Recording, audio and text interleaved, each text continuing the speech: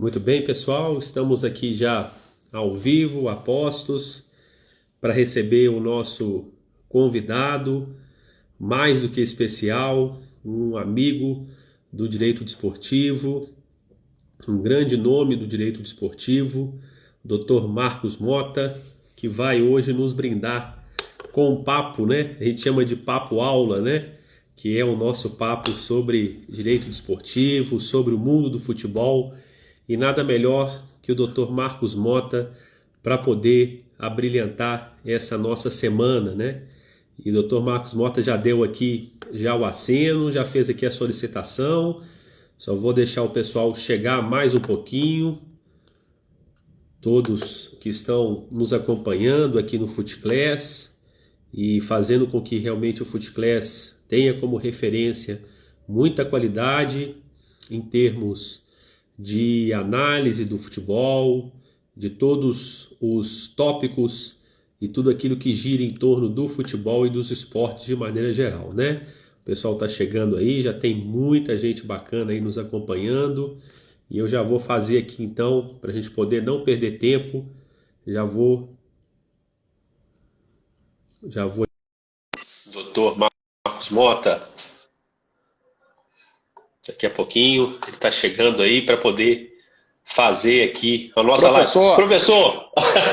Como é que está? Eu estou dizendo o seguinte, né? Eu estava brincando com o meu menino aqui, ele falou assim, a gente quando conversa com o Marcos ô professor, como é que tá, professor? É muito professor de nós, né? Exatamente. Marcos. Prazer te rever agora aí de forma remota, né? Exatamente. O novo normal, a era da economia low touch, né? De poucos toques. Exatamente. Mas vamos vai lá. ser difícil, mas vamos voltar, depois a gente vai voltando aí, né? Aos poucos, com muita saúde, com muita integridade, né? Mas, Mota, eu queria primeiro te agradecer, né? Que de público, né? Nós já temos aqui muita gente nos assistindo, mas te agradecer de público por um motivo, né? Você é um amigo que fiz aqui no Direito Desportivo, uma grande referência, e tenho que destacar isso, você sempre nos atendeu, sempre que foi chamado, né, naquelas a ponte aérea, né, aquele voo de tarde para palestrar de noite e voltar sábado de manhã, né? Saudade daqueles voos, viu? Saudade. Não é verdade? E de umas últimas vezes que você teve aqui também, teve até um jogo do Brasil e Argentina, né, que teve, acho que foi eliminatórias, né? Eu acho que foi por aí, né? Exatamente. Uma das últimas vezes que você teve aqui. Mas eu queria te agradecer realmente de coração, registrar isso de público, né? Porque você merece todo esse sucesso também, né? Em decorrência de tudo aquilo que você faz e tudo aquilo que você representa realmente no futebol, né? Então, queria realmente de coração te agradecer, viu, Mota? Obrigado aí pelas palavras de carinho, como sempre. Enfim, é sempre um prazer poder colaborar e mais do que nunca importante esse momento, né? De troca de ideias. Nesse momento que eu tenho costumado dizer do excesso de informação, né? A gente nunca foi bombardeado com tanta informação e a gente não sabe o que, aonde e como. Então, acho que todo canal que tenha autoridade, que possa fazer algum tipo de curadoria de informação nesse momento é importantíssimo, como o FootClass, né, na nossa área aí do esporte. Tenho feito algumas lives na área também do entretenimento, enfim. E depois a gente vai falar sobre isso, algumas dicas aí que eu tenho dado para os colegas, inclusive dou uma aula na quinta-feira lá no IGE e na La Liga, na Espanha, onde a gente vai falar exatamente qual é o papel do advogado, do empresário, do advogado, nesse momento aí de pandemia, né? Um momento de colaboração e de entendimento de todos. Mas, mais uma vez, muito obrigado aí pelo convite, pelo carinho de sempre, professor. Muito bom, Mota, muito bom. Então, só para poder fazer aqui, às vezes, também, né? O FootCast está ao vivo aqui, todo mundo vendo aí, muita gente bacana nos assistindo. E hoje o nosso convidado, né, mais do que especial, uma grande referência. Gente, ó, o Marcos está aqui, viu, gente? É no topo mesmo, dos advogados. E olha, não sou eu, não é porque é amigo não, viu, Mota? Mas porque são as revistas internacionais que dizem isso, é o pessoal que a gente conversa, então assim, não tem como eu falar diferente disso, né? O Dr. Marcos Mota é advogado especialista em direito esportivo e entretenimento, que é uma coisa que eu queria abordar também com você hoje, Mota. Sócio do escritório Bichara e Mota Advogados. Bichara está até nos assistindo aí e que é o nosso próximo convidado, viu? Depois você dá um ok aí, viu, Bichara? Bichara tem que dar um ok aí. As para pessoas esse costumam convite aí.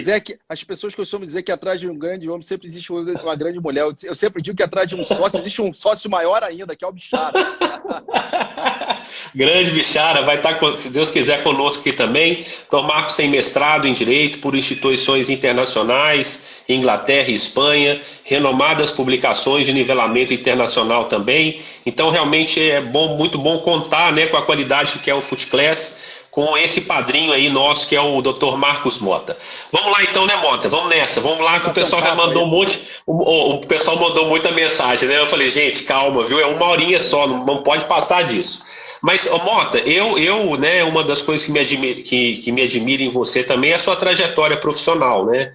E eu acho que aquela mudança que você teve de um campo para outro, né? Eu acho que é importante os nossos espectadores sentirem isso e verem isso, né? Porque a gente tem muito medo de mudança, né? E às vezes o medo de mudança nos impõe, às vezes, uma não progressão na vida profissional, né? Você podia contar para a gente um pouco da sua trajetória, né? Mesmo de forma resumida, mas Claro. como é que te levou ao direito esportivo? Como é que você está? Qual a posição que você está hoje, né?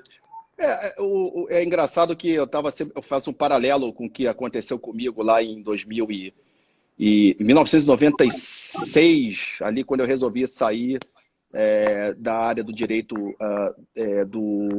tributário, né? Eu fui um tributarista, me formei como tributarista, iniciei minha carreira como tributarista, mas aquilo ali nunca realmente me fez brilhar os meus olhos, né? E até que eu resolvi fazer uma mudança ali, de certa forma radical, em vários aspectos da minha vida, e lá em 99 eu resolvi sair de um grande escritório para aí sim, que eu já trabalhava, estabelecido, para tentar alguma coisa nova. E eu vou confessar, professor, quando eu fui fazer o meu mestrado lá em Warwick, na Inglaterra, eu não fui porque eu tinha certeza que eu queria fazer um mestrado de Direito Internacional. Eu estava precisando, na verdade, de um momento ali, de uma virada, e aquela seria quase que uma ruptura, né? Eu largar aquela situação que eu tinha no Brasil para tentar alguma coisa nova. Mas como eu sempre digo, né, a gente precisa na vida de disciplina, consistência e sorte. E eu fui um cara de sorte, né?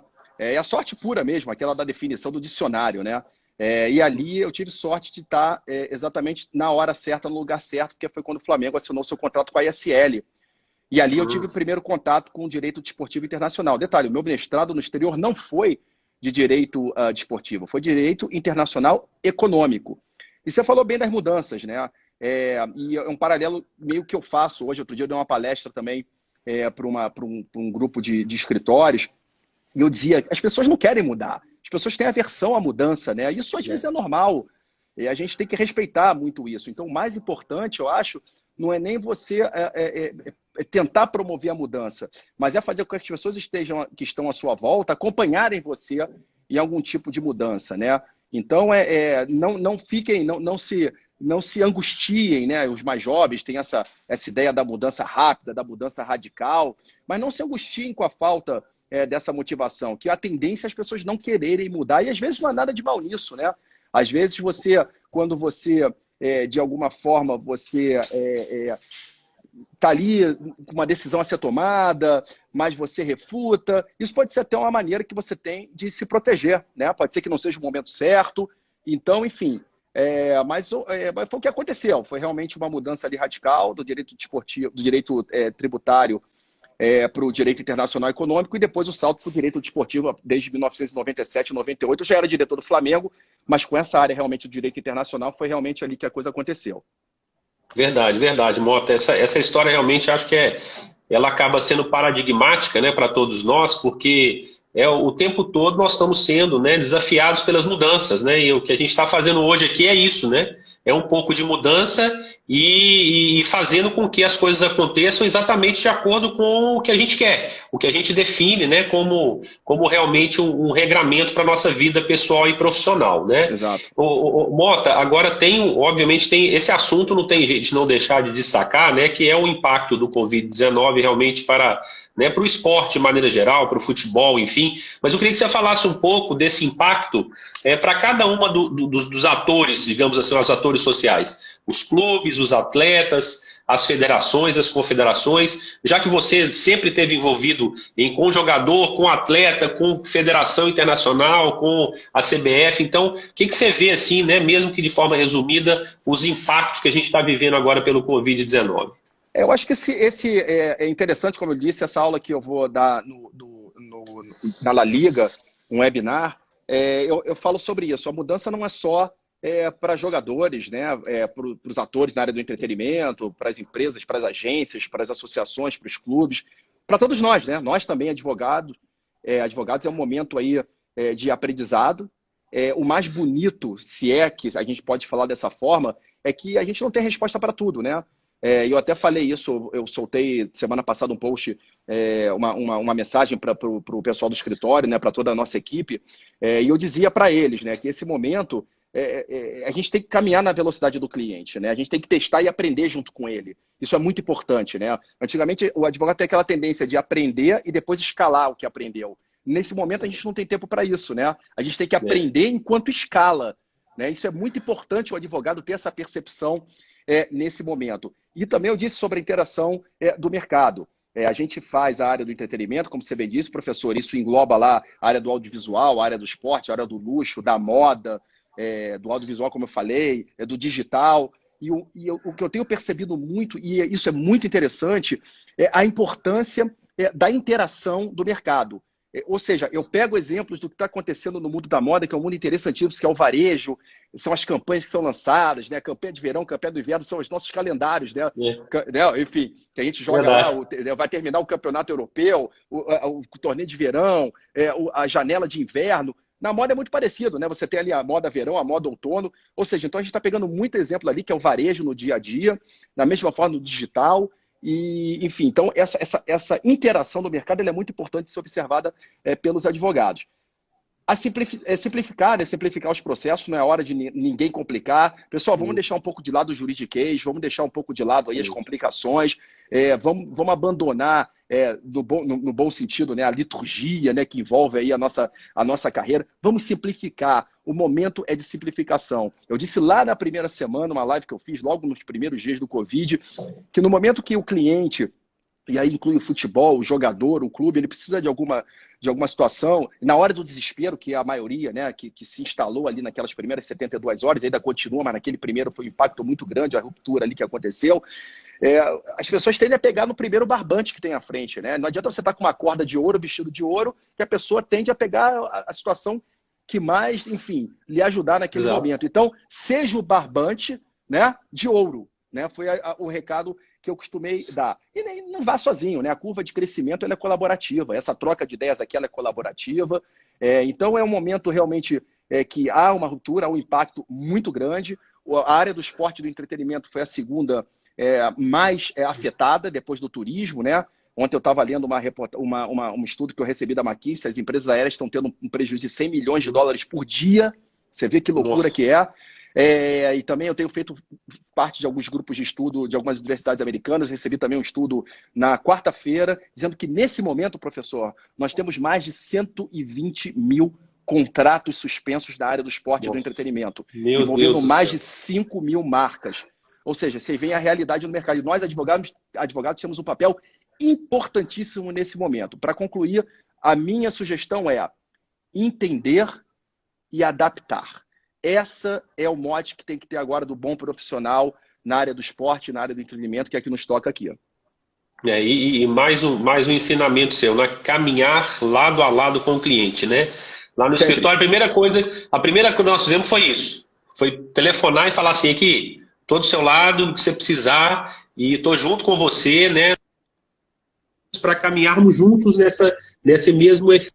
Se o efeito é ruim, nós vamos caminhar também no efeito ruim. Se o efeito é bom, a gente vai caminhar para o efeito positivo também, como é normal em termos de mercado, né, Mota? E agora, o que eu tenho percebido, né, que é uma certa dicotomia, é a questão do mercado da bola, né? Muito se fala no mercado da bola. Davidson paralisou tudo, não tem mais nada. Eu não sei, eu acho que nessas crises, de repente, surgem algumas oportunidades, Mota. O que você acha? Eu acho que, como eu disse, o mercado foi impactado. Eu lembro na primeira semana que eu disse que quem estivesse preparando para uma corrida de 100 metros ia perder, né? Essa é uma maratona. Eu vi muita gente É. se preparando ali para a corrida de 100 metros e ficou pelo caminho. E vai continuar ficando. A corrida continua uma maratona muito difícil. A gente tem que estar preparado para isso. No início ali, naquela, repito, foi uma das primeiras 72 horas, uma das mais complicadas na minha carreira, né? Tanto em termos de estruturação geral, de vida pessoal, todos nós passamos por isso, né? Foi uma adaptação, não era um problema do professor Marcos Mota, não era um problema da CBF, não era um problema do Manchester United, era um problema global. Algumas Exatamente. indicações já mostravam que a gente ia ter um problema muito sério, a gente trabalha muito com a China, e ali eu já tinha antecipado que alguma coisa estranha estava vindo, porque é engraçado, professor, quando a coisa começou aqui a escalar, nós tínhamos já clientes voltando para a China. Ou seja, o que está acontecendo aqui agora, nós já tínhamos uma experiência ali de alguns jogadores anteriores que já estavam regressando à China depois daquele problema todo que houve. Então, assim, há um impacto muito claro. A gente tem que sempre ter em mente que, em termos mais simples, existem sempre três principais fontes de receita, né, no esporte, né, que é o audiovisual, né, a radiodifusão, o comercial e a receita nos dias dos jogos. Né? Você pega, por exemplo, o balanço do Barcelona, o clube mais rico do mundo no passado, nós tivemos lá, basicamente, se vocês veem, tem lá 43% receita de televisão, você tem lá 32% de receita comercial, no geral, e o restante em dias dos jogos, que eles chamam de match day. Né? E repare, então, que esses três pilares que norteiam a área do esporte, nesse momento, eles estão prejudicados. Nós não temos a televisão, né? Nós não temos o comercial, e nós não temos o match day, que é pouco explorado no Brasil, que é a receita dos dias de jogos. Pra vocês terem uma ideia, o Barcelona, no mês de abril, ele faria 4 jogos do Camp Nou. Ele não fez esses 4 jogos por motivos óbvios, e eles perderam já quase 250 milhões de reais em 4 jogos de receitas. Então você vê, é um impacto muito grande isso num clube gigantesco como o Barcelona. Agora vocês imaginem isso numa escala em clubes que não têm a menor condição e que vivem ali de venda de jogador, que vai ter um impacto direto, a gente pode falar sobre isso direito depois nas transferências dos jogadores. E o grande pilar, que é o futebol ao vivo. Né? O esporte depende da programação ao vivo. Eu costumo dizer que você ficar assistindo o jogo da Copa do Mundo da Espanha ou da Copa do Mundo de 94 é a mesma coisa você ficar sentado 5 meses dentro do seu carro ouvindo a mesma playlist do Flashback. Não dá, você não consegue. Né? E aí, quando você para a programação ao vivo, você para uma série de variáveis na cadeia produtiva do futebol, que é a questão do patrocinador, a questão da entrega das marcas, né? Esse que é o grande lance do esporte, a repetição. As grandes marcas se baseiam na repetição. Você vê todo dia ali a marca da Nike, você vê todo dia ali a chuteira da Adidas, você vê todo dia ali o velocista da New Balance, né? Aquela repetição, a NBA, o futebol, o beisebol, é isso que faz o grande diferencial. E óbvio, né, as grandes estrelas que estão aí hoje em casa, eu acho que algumas até subutilizadas do que poderiam ser, como eu sempre digo, os jogadores são aí os próprios ativos e são pouco utilizados no Brasil a imagem deles. Pois é, Mota, esse pegando o gancho dessa parte final que você disse mesmo, né? Muitos eu tenho ouvido pelo menos bastante essa questão da exploração da imagem dos atletas, né? E realmente a gente não percebe essa exploração por parte dos clubes, né? Eu não sei se, por exemplo, você que você fica mais no Rio de Janeiro, né? Como é que os times do Rio estão fazendo isso, principalmente o Flamengo, né? Que tem realmente tá em fase excepcional. Essa realmente, eu realmente não consigo entender por que os dirigentes do clube não estão utilizando isso, né? Ou estão com aquela agora, não sei se a ideia seria de reduzir a imagem, de pouco explorar a imagem para reduzir também os valores de contratos. Como é que você vê, assim, criticamente isso, Mota? Eu acho o seguinte, hoje eu moro em São Paulo, né? Eu estou baseado em São Paulo, mas a situação é a mesma no mundo inteiro. Eu acho que os clubes brasileiros, eles... E eu disse isso, professor, outro dia, que para mim a Covid, essa situação que a gente está, ela não trouxe muita novidade para a área do esporte e do entretenimento, apenas ela acelerou processos. Então, o que a gente tem hoje é uma aceleração absurda de processos, que às vezes aí a transformação digital em todas as indústrias que tinham planejamentos, às vezes de daqui a 2, 3 anos, hoje são feitas em uma semana, em 2 semanas. Nós fazíamos projeções sempre de curto, médio e longo prazo lá no início, né? Trabalhávamos com um curto prazo ainda administrável, um médio prazo complicado e um longo prazo catastrófico. Só que a coisa é tão fluida que essas definições elas se perdem. Né? O que era curto prazo se torna médio, o que é médio se torna longo e por aí vai. Então, é muito difícil você fazer qualquer tipo de previsão. Eu acho que a agenda dos clubes brasileiros, eles têm uma agenda vamos dizer assim, emergencial muito maior, né? Enquanto alguns clubes hoje estão pensando em conteúdo, né, em retomar a narrativa, como eu costumo dizer, os clubes brasileiros ali estão tentando pagar salário. Né? Essa semana eu tenho certeza que a gente vai ter uma enxurrada aí de situações envolvendo clubes, com corte de salários, principalmente do pessoal e também na parte de jogadores. Nós temos participado de algumas negociações no Brasil e no exterior com relação também. E a situação é a mesma. O clube, seja ele um clube gigante da Europa, seja um clube mediano no Brasil. Mas, como eu disse, eu acho que essa situação acelerou o processo. Os clubes que têm uma administração melhor, ou que vinham tentando imprimir uma administração melhor, vão de alguma forma se recuperar um pouco mais rápido, porque eu digo também sempre que o esporte, tá muita gente de olho no esporte. Eu acho que o futebol vai muito ensinar a outras indústrias. Tenho muitos clientes de outras áreas que estão esperando o que vai acontecer no futebol, como é que o futebol vai administrar essa situação, se vai ter volta ao jogo, se vai ter volta ao estádio, as grandes multidões, a televisão, a digital, a OTT, o streaming. Ou seja, acho que o futebol tem a possibilidade de ser um grande tubo de ensaio aí nessa recuperação, nessa retomada, por um simples motivo. Eu não conheço nenhuma indústria que trabalhe tão bem três situações que são muito importantes hoje em dia, que é a questão social, a questão cultural e a questão econômica. Poucas indústrias conseguem congregar esses três pilares de forma tão consistente como o esporte.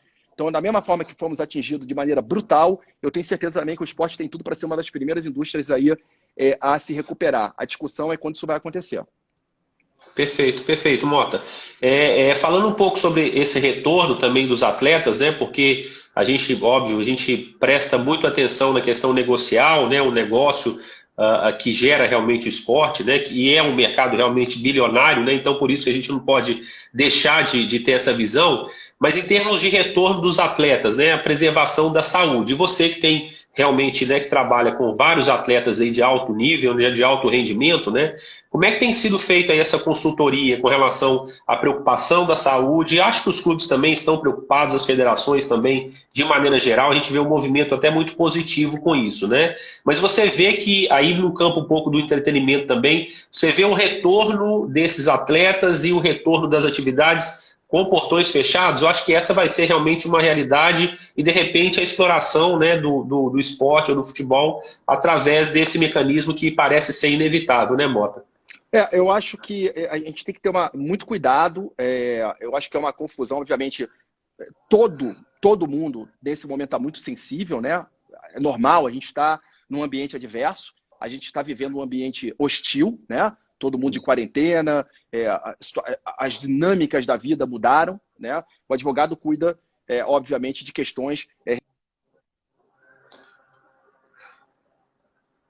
também o lado pessoal, então está todo mundo muito sensível. Isso é normal, que as discussões sempre aí, às vezes, cambaleiem ou sigam por um lado, às vezes pouco racional. É difícil manter a racionalidade nesse momento, mas de qualquer forma é muito importante separar a questão da volta ao treino do jogo.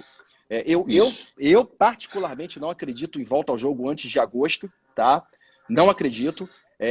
Até setembro, a minha projeção, mas isso é muito fluido, a gente não pode, como eu disse, as projeções são todas falhas. Quem agora vier com projeção fixa vai perder, porque é impossível você fazer qualquer projeção. Mas eu acho que a volta ao treino ela tem várias situações. No meu escritório, eu falei isso com o Bicharo outro dia, com uma ligação, né, e uma chave na mão e uma senha, eu consigo ligar novamente o meu escritório em 24 horas. Perfeito, amanhã tá todo mundo de volta e vamos embora, toma as precauções lá, separa todo mundo. Agora, quando a gente fala de um esporte de alto rendimento como o futebol e como outros, Olimpíadas, você imagina a questão das Olimpíadas. Vinha atletas que treinam às vezes 3 anos para uma competição, que vai acontecer no 4º ano. Eu não posso chegar para o jogador, olha, amanhã você joga uma partida. Então a questão do treino, desde que sempre no ambiente controlado e desde que autorizado, sempre tem que ter autorização e validação das entidades, das autoridades competentes. Porque tem que se responsabilizar. Alguém tem que se responsabilizar pela volta ao treino, pela volta ao jogo, que seja. Não pode ser uma coisa feita assim, enfim, vamos lá, vamos ver o que vai acontecer. Não, isso não pode. Mas o que eu tenho acompanhado é que é importante eu dizer isso, que eu repito, essas discussões acaloradas, eu não estou vendo nenhum tipo de inconsequência. Existem debates, sim, as discussões elas têm que haver, porque o futebol ele é como uma roda, né? Quando você para aquela roda há muito tempo, ela enferruja. Então a gente tem que tomar muito cuidado com essa engrenagem toda e mantê-la fluida. O debate ele é importantíssimo. A conclusão que a gente vai chegar é outra. Se vai ter jogo, se não vai, faz parte de um debate. Então, mas o simples fato de a gente estar debatendo já cria aquele frisson todo. Eu vejo, às vezes, a parte da imprensa batendo, enfim, que é um absurdo, uma inconsequência, mas ninguém está sendo inconsequente a ponto de botar um jogador para jogar. Os jogadores não estão sendo inconsequentes, a gente tem acompanhado essas discussões, está tudo sendo conversado.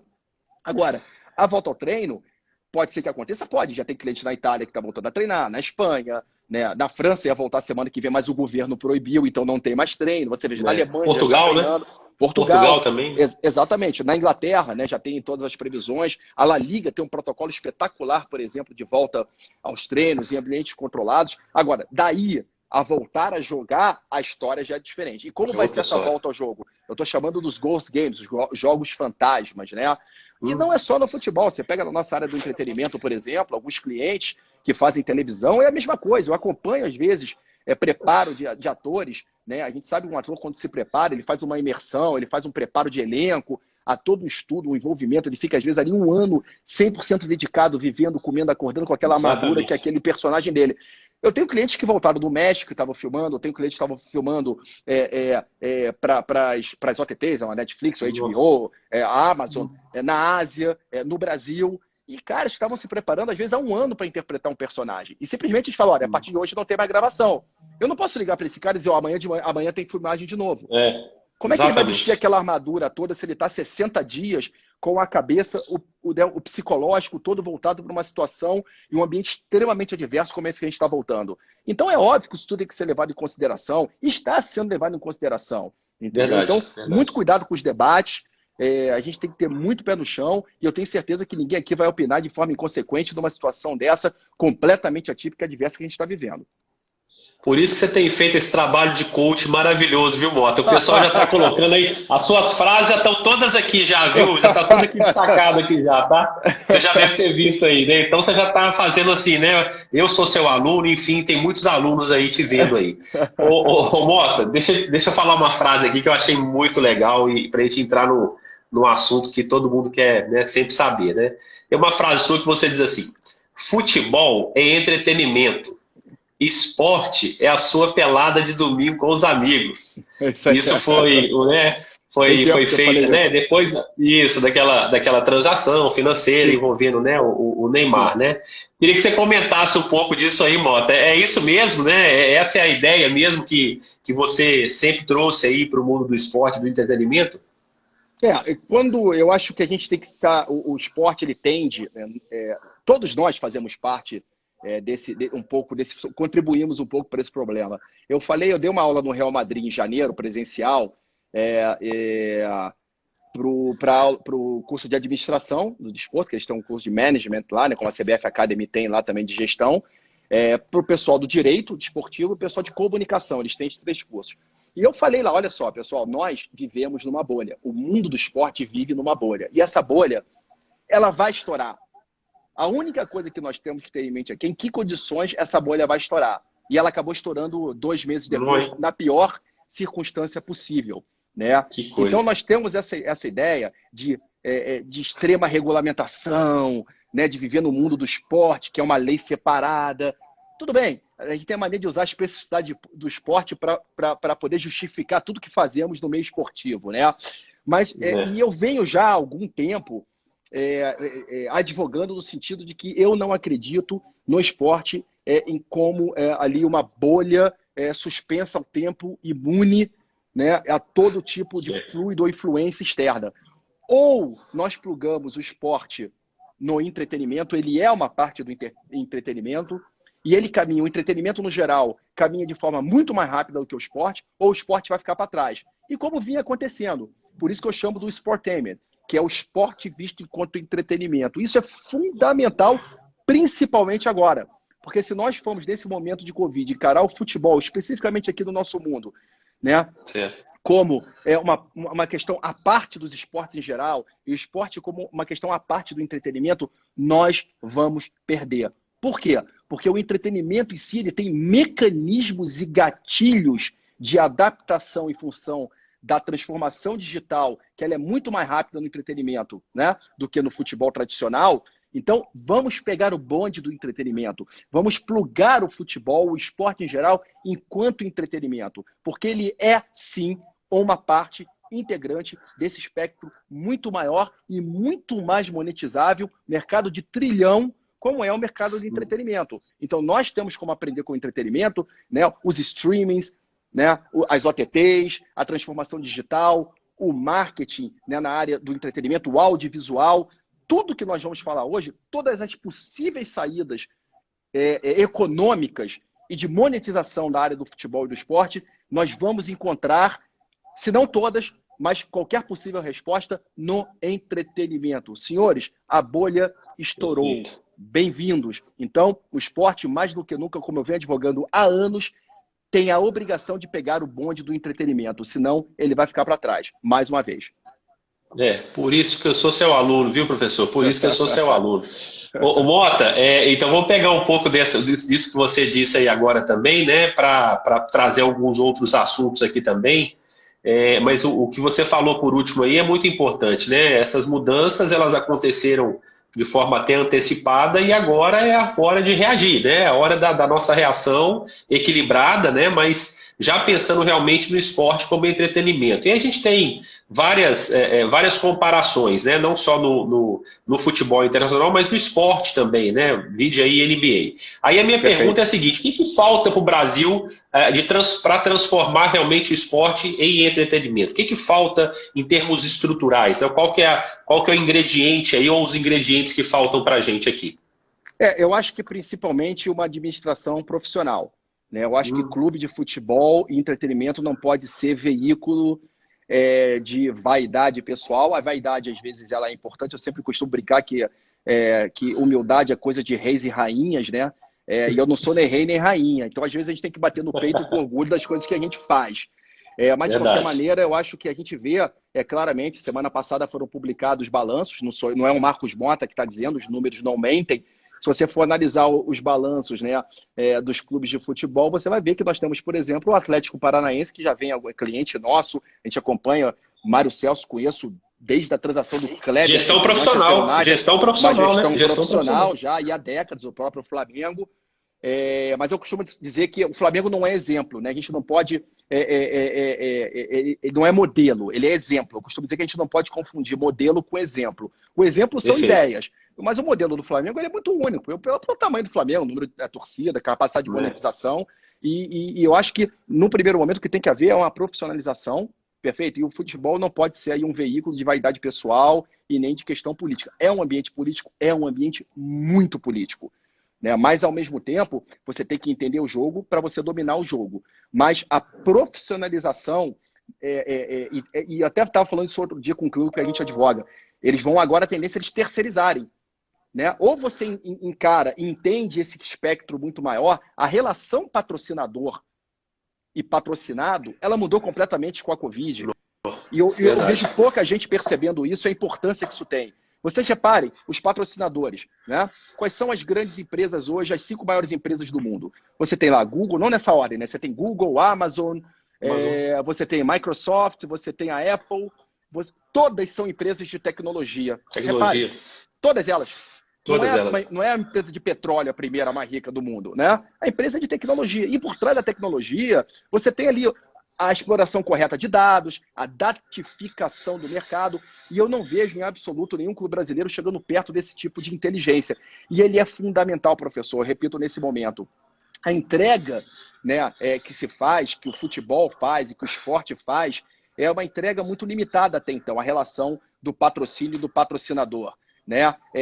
A gente tem que pensar numa coisa um pouco maior. Você repara os patrocinadores agora, ninguém está pensando, por exemplo, em ativação e venda. Todo aquele orçamento que era canalizado, por exemplo, para o esporte, que é um grande congregador aí, agora ele está canalizado para o quê? Institucional. Né? Mensagens institucionais, de coletividade, exatamente, de parceria. Isso tudo dinheiro que saiu do esporte, está sendo canalizado, está lá. Estamos juntos nesse momento, vamos passar por isso. E eu estou vendo o esporte explorar pouco essa posição. Os clubes brasileiros, eu não consigo imaginar eles com esse alcance que as empresas, as próprias empresas, por exemplo, de fornecimento de material esportivo, né, a Adidas, professor, ela está com 70 lojas abertas no mundo inteiro somente nesse momento. Né? Ela teve aí uma queda, ela faturou nos últimos 2 meses 20 milhões de dólares. Isso não é absolutamente nada, né, no campo, no espectro que eles têm. Você vê, a Netflix ganhou 16 milhões de assinantes em 45 dias. Empresa de praticamente de tecnologia. Mas isso tudo, por que ela faz isso? Porque ela sabe quem está por trás. E eu não vejo o clube, às vezes, nesse momento, a lealdade, o respeito ao fã, ao torcedor, essa mensagem é fundamental. E eu não vejo esse tipo de ativação, repito, talvez porque as agendas, nesse momento, elas são agências muito mais emergenciais, né? Mas eu não vejo outra saída que não passe por uma exploração direta da imagem dos jogadores, a conectividade entre o atleta, a personificação das nossas alegrias, das nossas angústias, ela está ali no atleta. Né? Você repare, a ESPN ela lançou o Last Dance, né, que foi lá 10 partes sobre o Michael Jordan. Né? Esse tipo de audiência, que ela é avassaladora, porque é um conteúdo chamado, que a gente chama do evergreen, né? Aquele conteúdo para sempre verde. É um conteúdo que não é datado, ele não acaba nunca. Por quê? Porque ele passa uma mensagem orgânica de conexão. E você quer, por exemplo, você pega um Flamengo, um Corinthians, um Vasco, um Atlético Paranaense, são clubes que conectam muito bem com seus fãs. E eu não estou vendo nem um pouco esse tipo de comunicação, né? Mas, repito, os clubes que tiverem uma profissionalização maior, o Atlético Paranaense hoje tem um faturamento de receita maior do que Botafogo e Vasco juntos. Né? Que legal, ou seja, não sabia disso. A estrutura hierárquica, a definição de clube grande, clube pequeno, clube médio, mudou, já vinha mudando. E repito, o Covid nada mais fez do que acelerar processos. E senhores, preparem-se, porque vai ter muito clube que não vai chegar aos 30 minutos do primeiro tempo. Nossa Senhora. Oh, professor, vamos falar de umas coisas aqui também boas, né? Eu acho que um dos esportes, né, que a gente vem, inclusive o Ricardo Miguel teve aqui conosco também, né? O juiz do trabalho, o grande Ricardo, grande aqui conosco falando sobre esporte eletrônico. E a gente vê o que o esporte eletrônico ele cria de entretenimento mesmo, né? Eu não sei se o futebol está muito atrás, então, nessa levada de entretenimento, e os jogos eletrônicos, os esportes eletrônicos, é impressionante o que eles criam em torno do entretenimento. Eu tô com razão ou eu estou realmente ainda longe desse pensamento? Você está corretíssimo, isso eu chamo de gamificação, né? O game, você tornar aquela estratégia game, ela liga, faz isso muito bem. Você tinha falado, professor, da NBA, né? Em qualquer outro ano, os fãs do basquete, eles estariam agora, enfim, ligados lá na televisão assistindo o playoff da NBA. Vocês terem uma ideia, em 2019, 26 milhões mais ou menos de espectadores nos Estados Unidos e no Canadá, eles assistiram a vitória do Toronto Raptors. E outras 21 milhões de pessoas, mais ou menos, estavam ligadas na China assistindo a NBA. Ali, por exemplo, foi um grande momento para a New Balance. Ela tinha acabado de assinar, né, o seu contrato lá de representação com um grande jogador, de mais ou menos 5 milhões. E o tênis que eles lançaram ali naqueles playoffs do ano passado, eles foram vendidos em segundos, em função da exposição da marca naqueles playoffs. Então, com a suspensão, como eu disse, dos eventos ao vivo, por exemplo, bilhões de dólares gastos em publicidade simplesmente se tornaram inúteis. Você estava falando de gamificação, por que eu estou dizendo isso?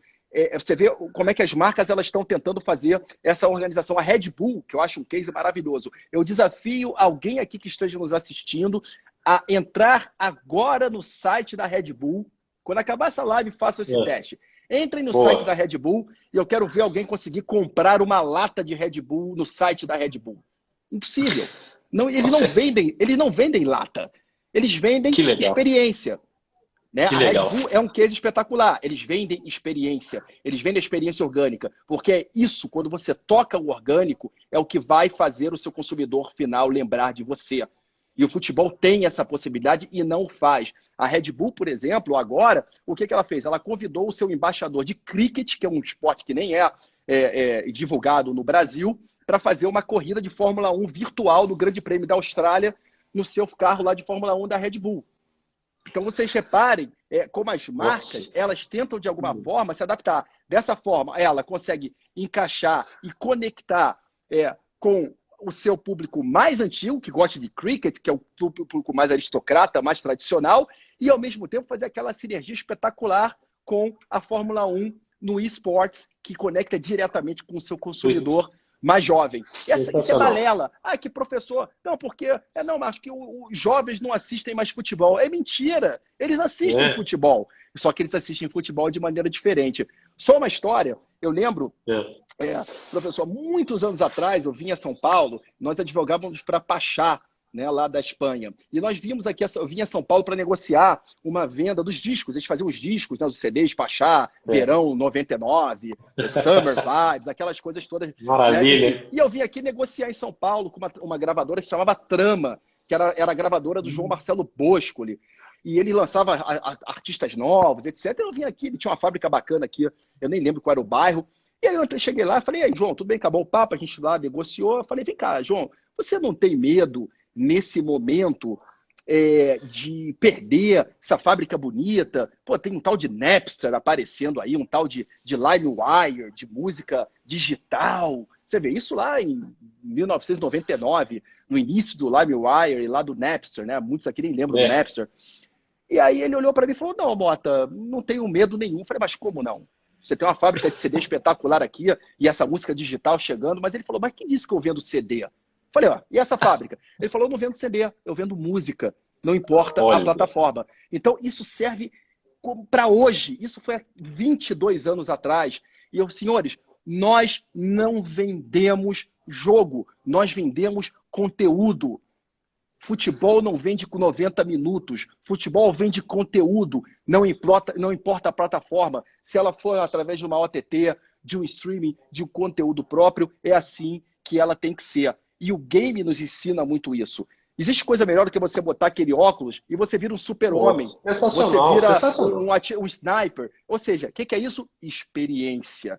E por trás disso vem o grande lance, que são os dados, né? E nessa nova era que nós vamos ter, professor, se me permite aqui me prolongar um pouco, nós vamos ter a era aqui da low touch economy, né? A era do pouco toque. E essa era, quem não tiver uma inteligência digital por trás, vai perder.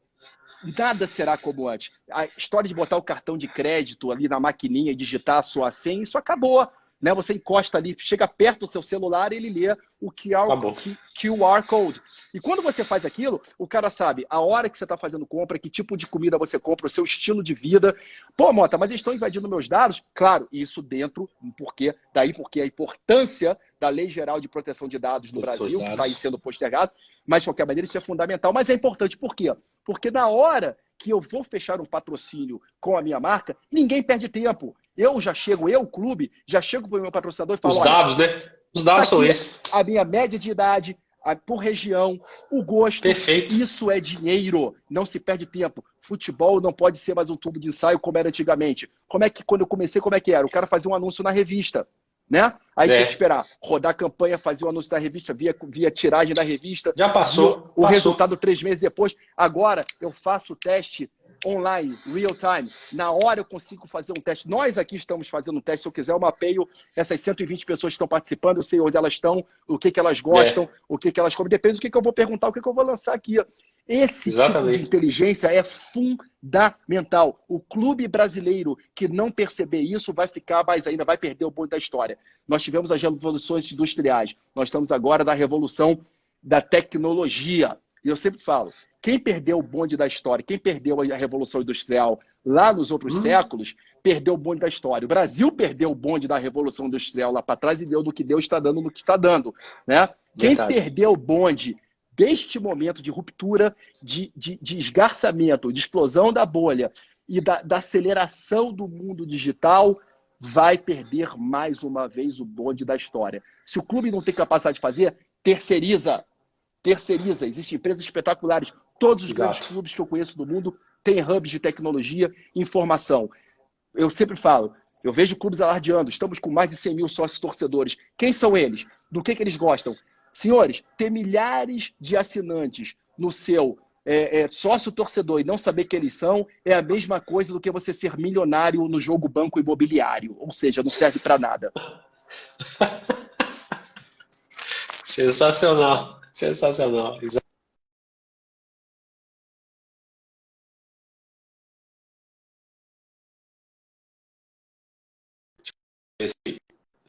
Volta aqui para mim aqui. Pronto, voltou. O Banco Imobiliário foi sensacional. O Banco Imobiliário foi sensacional. Professor, deixa eu dar uma moral para os nossos acadêmicos aqui, né? Alguns fizeram algumas perguntas aqui. Eu acho que falo pouco, né? Eu falo pouco, então. Pessoal, mas você não está entendendo. Isso é tudo já combinado. É para não dar tempo para eu te chamar de novo. Isso aí é combinado. Mas primeiro, você vai me desculpar, mas só depois do Bichara. Depois que o Bichara vir no Footclass, aí eu vou te chamar de novo. Bichara é meu mentor. Se não fosse o Bichara, rapaz, pô. Maravilha. Professor, deixa eu te perguntar uma coisa aqui sobre a questão da CBF, né, querendo implementar o fair play financeiro, né? O que você acha da importância desse instituto especificamente para o futebol brasileiro? A gente vai dar uma virada com o fair play financeiro? Fair play financeiro é uma ferramenta que mudou o cenário do futebol europeu. Não vou aqui ficar me estendendo muito, os estudos estão todos publicados aí, sugiro que vocês vão no site da UEFA, vejam lá a definição de break-even, é muito importante essa definição. Os clubes como eram antes de 2008, como eles passaram a ser a partir de 2008, né? E ele é fundamental. No Brasil, nós temos a obrigação de implementar o fair play financeiro. E aí a resposta que eu sempre recebo dos mais leigos, geralmente quando eu tuito isso, mas aí ninguém disputa o Campeonato Brasileiro ano que vem. Senhores, a UEFA implementa o seu fair play financeiro, o seu sistema de licenciamento. Detalhe, o fair play financeiro é parte de um sistema de licenciamento, tá? Ele não é o FFP, ele não é sozinho, ele não é estanque, ele não é uma entidade ali, ele é parte de um projeto maior que se chama o sistema de licenciamento. Ele é fundamental, né? E é uma coisa tão óbvia, né, professor? Não se pode gastar mais do que se arrecada. Não tem coisa mais beabá do que isso. Na nossa vida privada é assim. É uma loucura. Então, assim, não há nenhum tipo de segredo nisso. Eu acho que esse momento, essa Covid, como eu disse, ela acelerou os processos, ela implementou um fair play financeiro natural, tenham certeza disso. Repito, vão ter muitos grandes clubes com dificuldade de sobreviver, e o tempo vai dizer isso, tá? A não ser que haja uma ruptura, e essa ruptura passa por você, torcedor, que tem que compreender que quando o seu clube não vai lá fazer o grande problema. Outro dia eu estava discutindo isso numa discussão que eu tive com o Thiago Leifert, num debate que a gente teve, né? As pessoas às vezes reclamam da imprensa. O culpado, às vezes, da imprensa não é o jornal ou a televisão, é o consumidor, que o cara que está lá na redação, ele está 24 horas por dia quebrando a cabeça para te agradar, consumidor. No futebol é a mesma coisa, né? As pessoas falam, Mota, por que você não vai ser um dia presidente de clube? Porque eu vou ser o presidente mais impopular da história, entendeu? Vocês vão ter que pichar o muro do meu clube toda semana pedindo contratação e tal. E outro dia eu falei isso com o presidente de um clube brasileiro, a gente estava conversando, um presidente que assumiu há pouco tempo, e ele perguntou o que eu achava, né, da gestão. Eu falei, olha, é desafiador, mas eu acho que você tem que ter, o primeiro grande lição que você tem que ter, se olha no espelho e veja o seguinte, você tem que saber o tamanho do seu clube.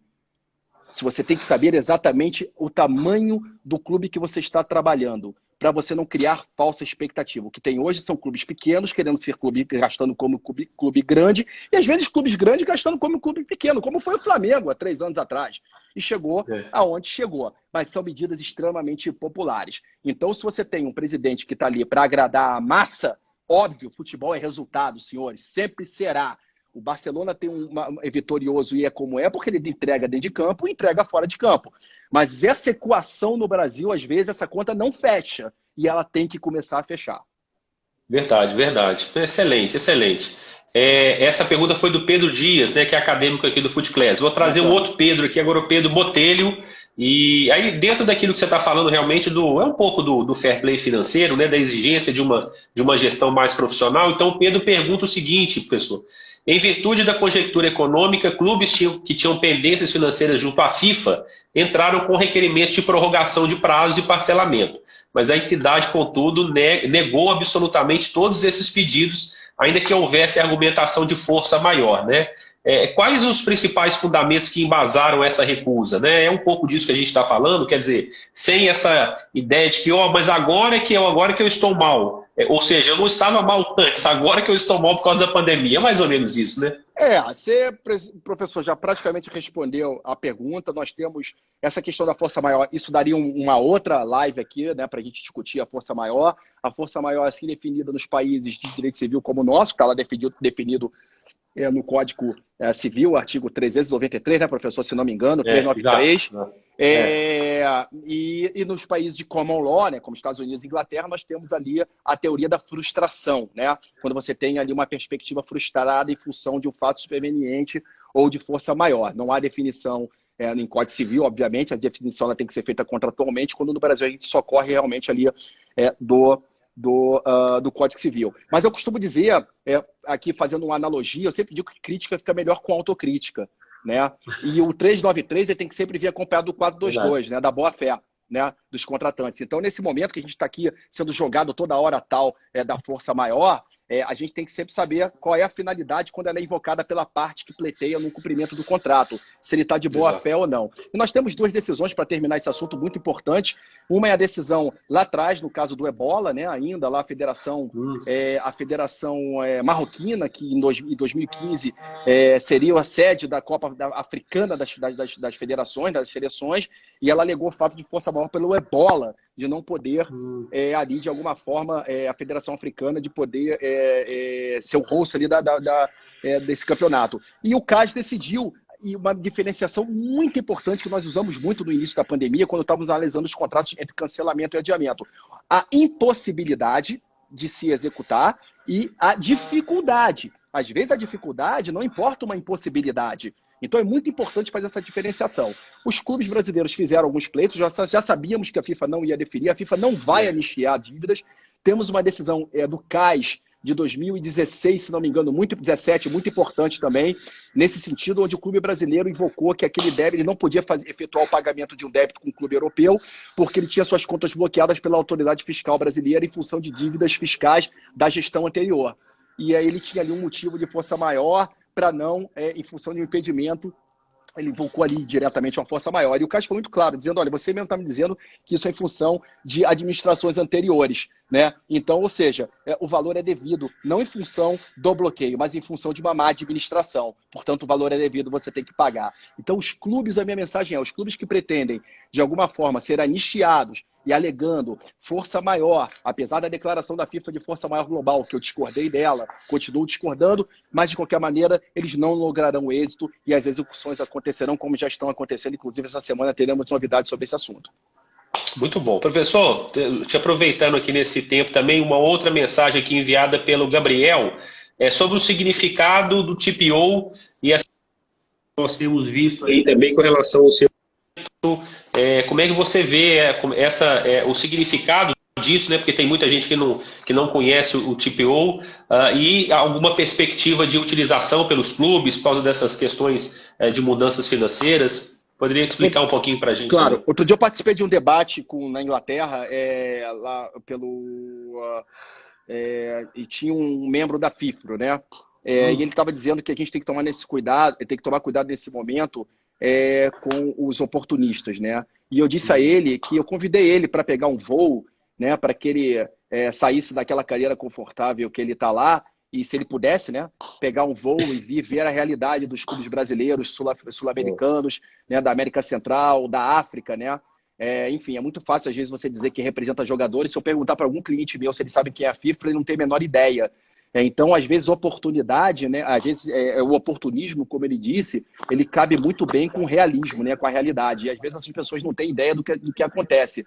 Então, a minha propositura com relação ao TPO, que é a participação de investidores estrangeiros ou investidores no geral em participação em direitos de atleta, ela não seria uma coisa absolutamente ali, abre a porteira e deixa os caras dominar o mercado em absoluto. A minha proposta que eu tenho é que o TPO fosse autorizado num período de, no máximo, 2 anos. O TPO seria controlado, ou seja, qualquer contrato entre um clube e um investidor para aquisição de parte dos direitos de um jogador deveria ser carregado através do TMS ou do próprio sistema da FIFA e da CBF, no caso, ou seja, seria tudo transparente.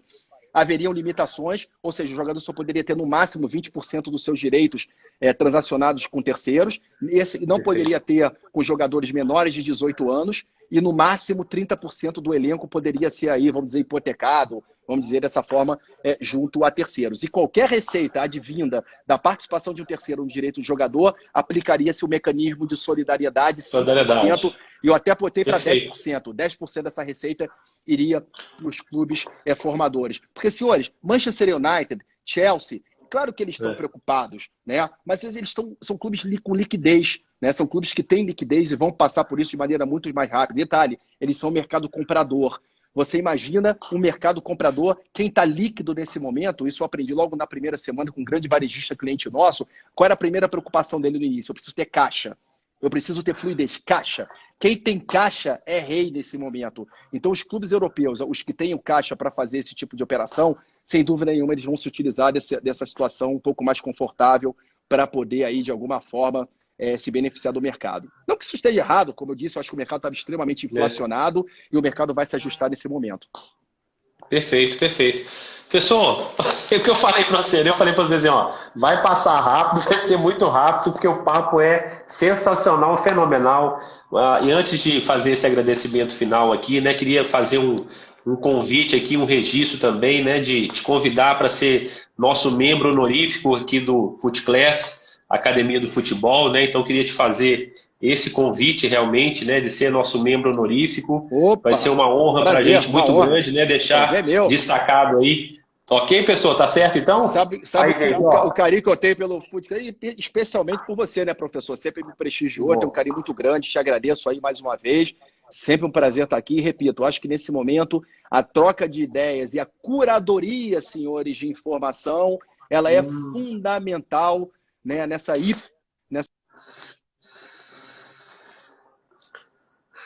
Exatamente. Voltou aqui.